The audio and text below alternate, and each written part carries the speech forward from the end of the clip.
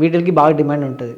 And cyber security గురించి చాలామంది like ఇప్పుడు అంటే ఇండియాలో అంత అవేర్నెస్ లేదు, అంటే ఈ మధ్య వచ్చింది. అంతకుముందు అసలు సైబర్ సెక్యూరిటీ అనే కోర్స్ ఒకటి ఉంటుంది, ఇది మనం చేయొచ్చు, ఇందులో కూడా మనం వర్క్ చేయొచ్చు అనేది లేదు. సో సైబర్ సెక్యూరిటీ అనేది ఎలా ఉంటుంది and how can the get jobs in there? Cyber security is all about data encryption అండి. So if you see WhatsApp, మీ మొబైల్, మీ డేటా అంతా కూడా ఎవరు అంటే మిస్యూటిలైజ్ అవ్వకుండా ప్రొటెక్ట్ చేయడం. ఓకేనా? ఇప్పుడు ఈ రూమ్లోకి వచ్చాం, ఈ రూమ్ బయట నుంచి ఎంట్రీ చేస్తే ఇది ఒక రూమ్ ఉంది, డోర్ ఉంది, ఈ డోర్ క్లోజ్ చేయడం వల్ల ఎవరు పడితే వాళ్ళు లోపల రారు. So how do you close this door అనేది ఇంపార్టెంట్. ఓకే. సో మీ మొబైల్కి ఎంట్రీ అవ్వాలంటే they should be some door.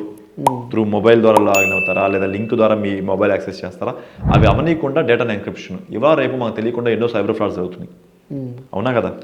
అవన్నీ ప్రివెంట్ చేయడానికి ప్రతి మొబైల్కి, ప్రతి సిస్టమ్కి, ప్రతి any kind of technical document ఇవాళ రేపు ఈ మైక్లు కొందరు రేపొద్దున ఈ మైక్లకి డిస్ప్లే కూడా వస్తుంది. మీకు ఈరోజు ఆ మైక్ డిస్ప్లే లేదు, రేపొద్దున దాంట్లోనే మైక్లకి ఆన్ ఆఫ్ ఆప్షన్ వస్తుంది. ఇంకా బెటర్ ఒకప్పుడు మామూలుగా బటన్ ఉండేవి, ఇప్పుడు నవ్వు ఎవ్రీథింగ్ ఇస్ టచ్ బేస్డ్ కదా. So some software is running in side. So ఆ సాఫ్ట్వేర్ ఇన్ఫ్లుయెన్స్ చేసే కెపాసిటీ కోడింగ్ చేసే వాళ్ళందరికీ వస్తుంది.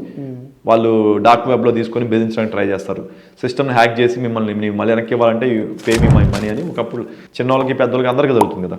అలాగే మీ కాంపిటీటర్స్ ఉంటారు, మీ కాంపిటీటర్స్ మీ వెబ్సైట్ మీద చేపించి క్రాష్ చేపించారు అనుకోండి, పేరు పోయిందిగా. అంతేందుకు శ్రీరెడ్డి ఏం చేసింది, మీరు చాట్ చేసిన డేటాని స్క్రీన్ షాట్ తీసేసి ఆన్లైన్లో పెట్టింది, ఇమేజ్ పోయిందిగా. ఇమేజ్ పోయింది కదా. సో దానివల్ల ఎంత ప్రాబ్లం అవుతుంది డేటా.